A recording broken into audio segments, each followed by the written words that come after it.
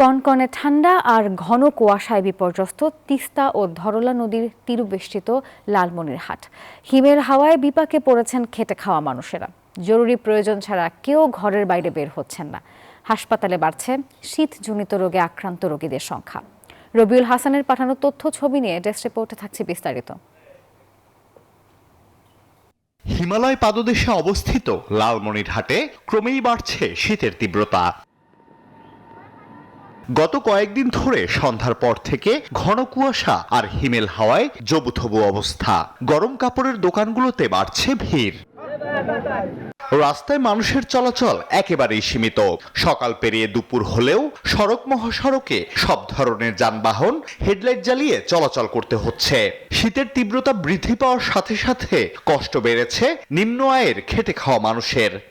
দুই তিন দিন ধরে খুব কুয়াশা, বাড়ি বেড়া জানা, ঠান্ডা খুব, নাই কেতা নাই কম্বল, কিভাবে গাছ দিয়ে থাকি বুঝছিস যে অবস্থা, ওর নেই জ্ঞান করে বাঁচবি। আমাদের লোক বর্তমান খুবই কষ্টে আছি। 2 দিন থেকে কোনো সূর্য তাপ দেখা যাচ্ছে না এবং শীতে খুব কাঁপতেছি।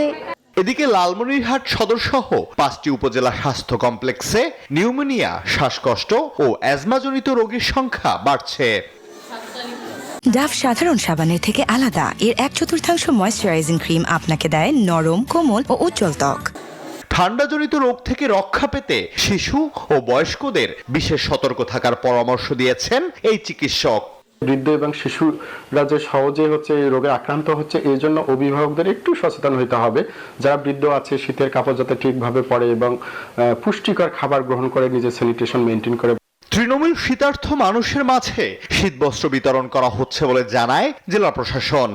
আমরা এ পর্যন্ত ৯,৬০০ পিস কম্বল পেয়েছি। আমরা সকল উপজেলায় ভাগ করে দিয়েছি। দ্বিতীয় পর্যায়ে মাননীয় প্রধান উপদেষ্টার দপ্তর থেকে আমরা 5,000 পিস কম্বল পেয়েছি।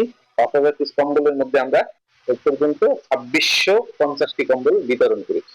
শুক্রবার সকাল 7টায় লালমনিরহাটে সর্বনিম্ন 11.04 ডিগ্রি সেলসিয়াস তাপমাত্রা রেকর্ড করা হয়েছে।